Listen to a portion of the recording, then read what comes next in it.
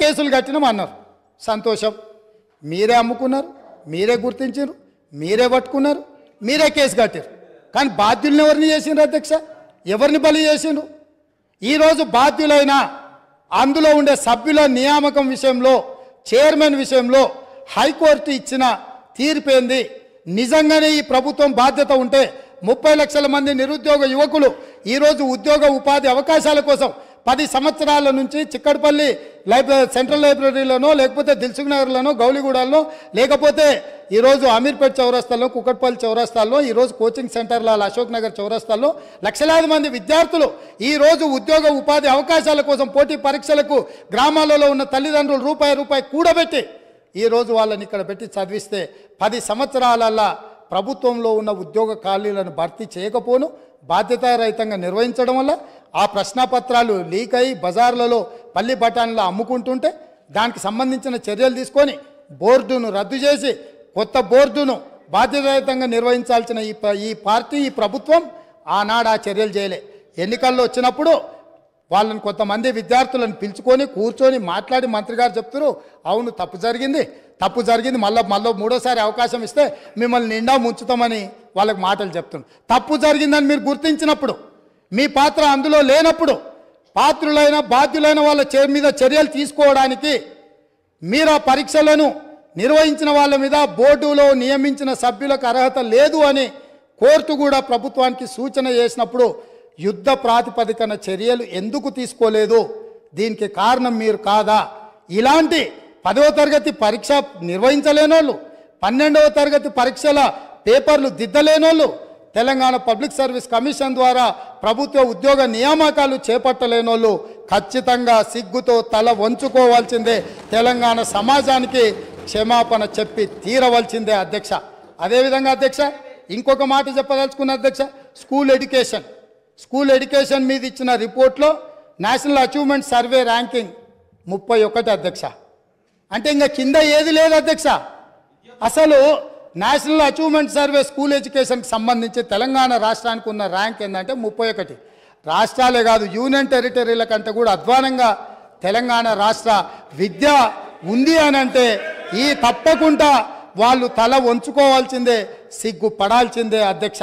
అదేవిధంగా అధ్యక్ష పదే గతంలో మీరు ఇది మాట్లాడినరు, గతంలో అది మాట్లాడినరు, గతంలో మీరు తెలంగాణకు వ్యతిరేకం, లేకపోతే మీరు తెలంగాణ ప్రజలప్పుడు అడిగినప్పుడు ఇయ్యలేదు, గత కాంగ్రెస్ ప్రభుత్వంలో జరిగిన తప్పిదాలకంతా ఇక్కడ ఉన్న వాళ్ళే కారణం, మీరు బాధ్యత వహించాలి అంటారు. నేను ఒక్క మాట మీ ద్వారా చెప్పదలుచుకున్నా అధ్యక్ష.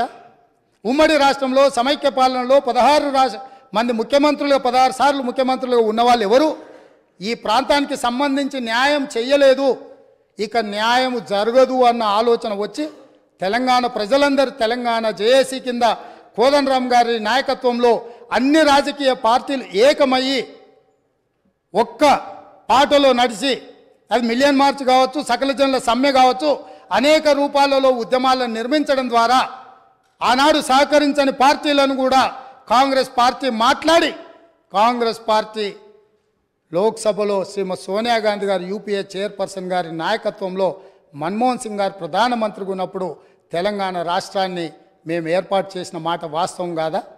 ఈ తెలంగాణ రాష్ట్రం ఉక్కు సంకల్పంతో ఆనాడు 2004 సంవత్సరంలో శ్రీమతి సోనియా గాంధీ గారు కరీంనగర్ గడ్డ మీద నుంచి ఈ ప్రాంత ప్రజలకు ఇచ్చిన మాట నిలబెట్టుకోవడానికి మాట తప్పని మడమ తిప్పని నాయకురాలుగా తెలంగాణకు ఆనాడు ఇచ్చిన గ్యారంటీని ఎన్ని కష్టాలు, ఎన్ని నష్టాలు, ఎన్ని ఇబ్బందులు ఎదుర్కొన్న 4 కోట్ల తెలంగాణ ప్రజలకు తెలంగాణ రాష్ట్రాన్ని ఇచ్చి మాట నిలబెట్టుకున్న నాయకురాలు సోనియా గాంధీ గారు.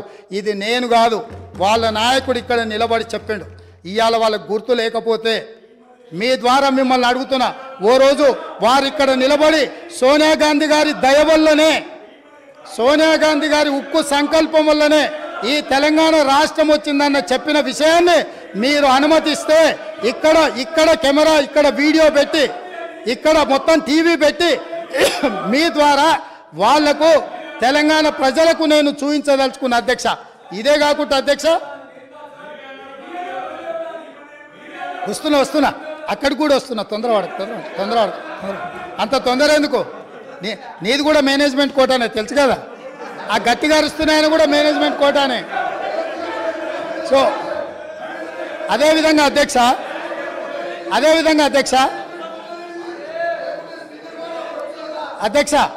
అదేవిధంగా 18 జూలై అధ్యక్ష బాగినాలే ప్రతిపక్ష నాయకులు 18 జూలై 1996 ఒక చర్చ సందర్భంగా ఈ చర్చ 16 జీవో మీద తెలంగాణ సమస్యల మీద చర్చ జరిగినప్పుడు ఒక గొప్ప నాయకుడు చాలా గొప్ప నాయకుడు అని చెప్పుకునేవాళ్ళు ఏం మాట్లాడినరో నేను చెప్పదలుచుకున్నా అధ్యక్ష. ఇది అసెంబ్లీ రికార్డులలో ఉంటాయి, కావాలంటే వాళ్ళు కూడా చూసుకోవచ్చు, లేదంటే కాపీ నేను మీకు పంపిస్తాను, మీ ద్వారా వాళ్ళకి ఇవ్వచ్చు. ఉద్యోగులకు సంబంధించి 6 సూత్రాల పథకం, జోనల్ సిస్టమ్ వంటివి దెబ్బతిన్నాయి. సర్ప్లస్ స్టాఫ్ను రాష్ట్రంలో ఏ మూలనైనా వాడుకునేలా వీలు ఉండాలి, కానీ ఆ విధానం లేదు. మనం విధించుకున్న ఆటంకం 6 సూత్రాల జోనల్ విధానం. సిబ్బందిని వినియోగించుకోలేక పని లేకపోయినా కోట్ల లక్షల రూపాయలు నిరర్థకంగా పెట్టుకొని ఖర్చు చేస్తూ వృధా చేస్తున్నాం. ఈ విధానంలో మార్పులు చేయాలి, డైనమిక్గా మూవ్ కావాలి. ఆయా ప్రాంతాల ప్రజాప్రతినిధులతోనూ ఉద్యోగ సంఘాలతోనూ సంప్రదింపులు జరిపి జోనల్ విధానాన్ని తొలగించడానికి ప్రయత్నం చేయాలి.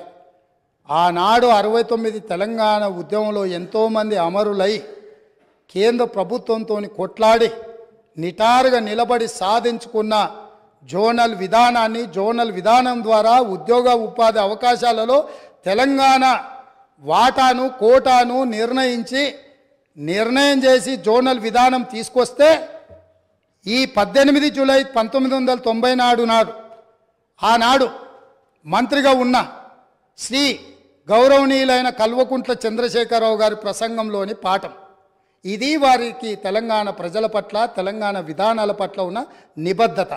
ఈరోజు వాళ్ళు ఇక్కడ వచ్చి వారి వారసులం మేము, మా అంత ప్రబుద్ధులే లేరు, మా అంత గొప్ప ఉద్యమకారులే లేరు, తెలంగాణ అంటే మేమంటే తెలంగాణ అని గొప్పలు చెప్పుకునే వాళ్ళు ఇదే సభలో ఇక్కడే నిలబడి కల్వకుంట్ల చంద్రశేఖరరావు గారు మాట్లాడిన ప్రసంగం ఇది.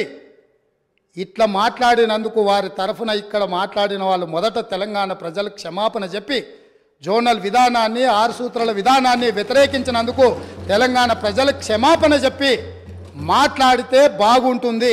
చరిత్ర వెనకెళ్ళి తవ్వడం మొదలు పెడితే ఆ సమాధులల్లో మీరు కూరుకుపోతారు, మళ్ళీ బయటికి కూడా రారు. కాబట్టి పదే గతాన్ని తవ్వడం, ఎత్తిపోయడం అంటూ మొదలు పెడితే, ఈ పక్క నుంచి మేము ఎత్తిపోయడం మొదలు పెడితే మీరు తట్టుకోలేరు. అందుకే 2 జూను 2014 నుంచి తెలంగాణ రాష్ట్రం ఏర్పడ్డ తర్వాత జరిగిన పరిణామాల మీద మొదటి 9.5 సంవత్సరాలు మీరు పరిపాలన అందించారు, రాబోయే 10 సంవత్సరాలు మేము పరిపాలన అందించబోతున్నాం. ఇందులో సహేతుకమైన సూచనల్ని, సలహాలని మీరు ఇవ్వడానికి ముందుకు రావాలి అని చెప్పి నేను వారికి గుర్తు చేస్తున్నా అధ్యక్ష. అదేవిధంగా అధ్యక్ష, ఈరోజు ఈ తెలంగాణ రాష్ట్రంలో మనం నిర్ధారించుకున్న విధానాలు అత్యంత క్లిష్టమైనవి, బాధ్యతాయుతమైనవి. ఈ 6 గ్యారంటీలు మేమే గుర్తు చేసుకున్నామని కాదు, ఈరోజు వారు కూడా బైబుల్ లాగానో, గీత లాగానో, ఖురాన్ లాగానో పవిత్రంగా చేతిలో పట్టుకొని తిరగవలసిందే. ఈ 6 గ్యారంటీల నుంచి ఎవరు తప్పించుకోలేరు. ప్రతిరోజు శ్రీరామ జపం చదివినట్టు, లేకపోతే ఖురాన్ పఠించినట్టు, బైబిల్ని చదివినట్టు ప్రతిరోజు మేము ఇచ్చిన 6 గ్యారంటీలను వాళ్ళ చేత ఈ సభలో వెల్లువేయించే బాధ్యత నాది అధ్యక్ష. ప్రతిరోజు వాళ్ళతో మాట్లాడిపిస్తా. ఎందుకు అనంటే వాళ్లకు కూడా పథకాలలో ఉన్న గొప్పతనం అర్థం కావాలి, అర్థం చెయ్యాలి. అందుకే మీరు మిమ్మల్ని విజ్ఞప్తి చేస్తున్నా, రిక్వెస్ట్ చేస్తున్నా, వాళ్లకు అవసరమైనప్పుడు మైక్ ఇచ్చి వాళ్ళని ఎప్పటికప్పుడు మాట్లాడించాల్సిందిగా నేను కోరుకుంటున్నాను అధ్యక్ష. అదే విధంగా అధ్యక్ష, గవర్నర్ ప్రసంగము కాంగ్రెస్ పార్టీ మేనిఫెస్టో లాగానే ఉందని, మరి పెద్దలు చాలా అనుభవజ్ఞులు కడియం శ్రీహరి గారు, వారి పట్ల నాకు గౌరవం ఉంది. ఎప్పుడైనా మీరు ఇంతకాలము మంత్రిగా, ఉప ముఖ్యమంత్రిగా పనిచేసినారు, ఏ గవర్నర్ గారి ప్రసంగమైనా మా ప్రభుత్వం యొక్క ప్రణాళిక, మా విధి విధానాలు, మా భవిష్యత్తు ఏదైతే ప్రణాళిక ఉన్నదో ఆ భవిష్యత్తు ప్రణాళికలనే మేము క్యాబినెట్లో చర్చించి మేము భవిష్యత్తులో ప్రజలకి ఏ విధంగా మేము మేలు చేయబోతున్నామో, ఈ ప్రజల బాగు కోసం, అభ్యున్నతి కోసం మేము చేపట్టబోయే చర్యలు ఏమున్నాయో గవర్నర్ ద్వారా మేము ప్రజలకు వివరించదలుచుకున్నాం. గవర్నర్ ప్రసంగం అంటే క్యాబినెట్ ఆమోదం పొందిన ప్రసంగం. కాబట్టి గవర్నర్ గారి ప్రసంగం ఎస్ బల్లగుద్ది చెప్తున్న మా కాంగ్రెస్ పార్టీ మేనిఫెస్టోనే గవర్నర్ గారి ప్రసంగంలో పెట్టినాం. అది మా బాధ్యత. అది అల్లా తప్పగా తయారు చేసింది కాదు. నిబద్ధతతోని నిక్కచ్చితంగా మేమందరం కూర్చొని ఎవరో ఒక్కరు ఎక్కడనో కూర్చొని ఏదో రాసి ఏదో ఇచ్చి ఏదో చదివించే విధానం కాంగ్రెస్లో లేదు. సమిష్టి నాయకత్వం, సమిష్టి నిర్ణయాలు, సమిష్టిగా పరిపాలన జరుగుతుంది, సామాజిక న్యాయం జరుగుతుంది. అందుకే కాంగ్రెస్ పార్టీ స్పష్టంగా చెప్పింది 6 గ్యారంటీలతో పాటు 7వ గ్యారంటీ ఇస్తున్నాం. ప్రజాస్వామ్యాన్ని ప్రజలకు అందిస్తాము, ప్రజలకు స్వేచ్ఛనిస్తాం, ప్రజలకు సామాజిక న్యాయాన్ని అందిస్తాం, సమానమైన అభివృద్ధిని తీసుకొస్తామని చెప్పి ప్రజలకు మేము మాట ఇచ్చినాం. 2004 నుంచి 2014 వరకు తీసుకొచ్చిన సంక్షేమ పథకాలు, అభివృద్ధి పథకాలు ఈరోజు హైదరాబాద్ నగరంలో ఉన్నాయంటే ఔటర్ రింగ్ రోడ్ వాళ్ళు కట్టిరా అధ్యక్ష, అంతర్జాతీయ ఎయిర్పోర్ట్ వాళ్ళు కట్టినరా, మెట్రో రైలు వాళ్ళు కట్టినరా, హైదరాబాద్కి కృష్ణానది జలాలు వాళ్ళు తీసుకొచ్చిండ్రా, హైదరాబాద్కి గోదావరి జలాలు వాళ్ళు తీసుకొచ్చిరా, హైదరాబాద్లో ఈరోజు తీగల వంతెన మీద ఫోటోలు దిగుతున్న వాళ్ళు ఆనాడు కాంగ్రెస్ పార్టీ అధికారంలో ఉన్నప్పుడు చేసిన ప్రణాళికనే అన్న సంగతి అప్పుడే మర్చిపోయినరా? ఇవాళ మీరు నెత్తి మీద నీళ్లు చల్లుకున్నంత మాత్రాన గోదావరి తాగునీటి జలాలకు ప్రణాళిక పెట్టింది ఎవరు, ప్రారంభించింది ఎవరు, పనులు ముందుకు తీసుకొచ్చింది ఎవరు అధ్యక్ష? ప్రాణహిత చేవెళ్ల ప్రాజెక్టును ఆనాడు దేవేందర్ గౌడ్ గారు పాదయాత్ర చేసి తెలంగాణ ప్రజలకు ప్రాణహిత చేవెళ్ల ప్రాజెక్టు కావాలి అని అంటే ఒక తెలంగాణ బిడ్డగా దేవేందర్ గౌడ్ గారు కాంగ్రెస్ పార్టీ కాకపోయినా ఆనాటి కాంగ్రెస్ పార్టీ ఎస్ ఈ ప్రాజెక్టు ద్వారా 14 లక్షల ఎకరాలకు 38,400 కోట్ల రూపాయలతోటి నీళ్లు ఇవ్వాలని ఉక్కు సంకల్పంతో డాక్టర్ బాబాసాహెబ్ అంబేద్కర్ ప్రాణహిత చేవెళ్ల ప్రాజెక్టును ప్రారంభించారు. పెద్దలు వెంకటస్వామి గారి సూచనతోని ఆ పేరును పెట్టినరు. పనులు ప్రారంభించి చేవెళ్లలో అర్ధాంతరంగా ఆగిపోయిన పనులకు ఎవరు బాధ్యత తీసుకుంటారని నేను అడుగుతున్నా అధ్యక్ష. ఆనాడు కాంగ్రెస్ పార్టీలో ఉన్న నాయకులు చిన్నారెడ్డి గారు లాంటి వాళ్ళు మాట్లాడడం వల్ల పాలమూరు ప్రాంతానికి, రంగారెడ్డి ప్రాంతానికి సాగునీటి ప్రాజెక్టు నిర్మించాలి, సాగునీరు తాగునీరు ఇవ్వాలి అని పాలమూరు రంగారెడ్డి ఎత్తిపోతల ప్రాజెక్టుకు 2013లోనే మంజూరు ఇచ్చి పనులను సర్వేలు చేయమని ఆదేశాలు ఇచ్చి దానికి పునాది రాయి వేసింది కూడా కాంగ్రెస్ పార్టీ కాదా అని నేను అడుగుతున్నా. ఉమ్మడి రాష్ట్రంలో చివరి జీవో నెంబర్ 69 నారాయణపేట కొడంగల్ ఎత్తిపోతల పథకానికి 8.5 టీఎంసీలతో 1,500 కోట్ల రూపాయలతో 1,07,000 ఎకరాలకు సాగునీరు తాగునీరు ఆ ప్రాంతానికి అందించాలని ప్రాజెక్టు ఆమోదిస్తే నికర జలాల కేటాయింపుతోనే ఆనాడు గవర్నర్ గారు జీవో ఇస్తే ఆ జీవోను ఈనాటి వరకు తుంగలు తొక్కిపెట్టి నారాయణపేట కొడంగల్ ప్రాంతాన్ని ఎడారిగా మార్చింది వాళ్ళు కాదా? ఈ వివక్ష వీళ్ళు చేసింది కాదా అని నేను అడుగుతున్నా అధ్యక్ష. ఇదేనా ఈ తెలంగాణ రాష్ట్రంలో తెలంగాణ వాడు ముఖ్యమంత్రిగా ఉండి తెలంగాణ ప్రాంతాన్ని పరిపాలిస్తున్నాడు అన్నప్పుడు ఎందుకు మా ప్రాంతాలు వివక్షకు గురైనాయి? మా ప్రాంతాలు ఈ రోజుకి వలసల ప్రాంతంగా ఎందుకు ఉన్నది? ఈ వలసలకు, ఈ చావులకు వీళ్ళు కారణం కాదా అని నేను అడుగుతున్నా అధ్యక్ష. అదేవిధంగా ఈరోజు నేను మాట్లాడదలుచుకున్న అధ్యక్ష, తెలంగాణ రాష్ట్రంలో డ్రగ్స్ మహమ్మారి లేకుండే, తెలంగాణ ఉమ్మడి రాష్ట్రంలో డ్రగ్స్ గురించి చర్చ లేకుండే, గంజాయి మత్తు లేకుండే, లిక్కర్ కూడా అతి తక్కువగా ఉండే. కానీ ఇవాళ ఏ పేపర్ చూసినా, ఏ టీవీ చూసినా గంజాయి మత్తులో దాడులు జరుగుతున్నాయని, సింగరేణి కాలనీలో 6 సంవత్సరాల పసిగూనను గంజాయి మత్తులో రేపు మర్డర్ చేస్తే ఈ ప్రభుత్వం అచేతనంగా ఉండిపోయింది. ఈరోజు ఈ రాష్ట్రంలో జరుగుతున్న కారణాలకు, ఈరోజు దొరుకుతున్న డ్రగ్స్కి ఈ ప్రభుత్వ వైఫల్యం కారణం కాదా? ఈ ప్రభుత్వం డ్రగ్స్కు సంబంధించి విచారణ మీద సిట్టు వేసి ఆ సిట్లో ఉన్న అధికారిని అర్ధాంతరంగా ఎందుకు బదిలీ చేసిండ్రు? అతను ఎక్కడికి పోయిండు? ఆ సిట్ ఎక్కడికి పోయింది? ఆ విచారణ ఎక్కడికి పోయిందని నేను అడుగుతున్నా అధ్యక్ష.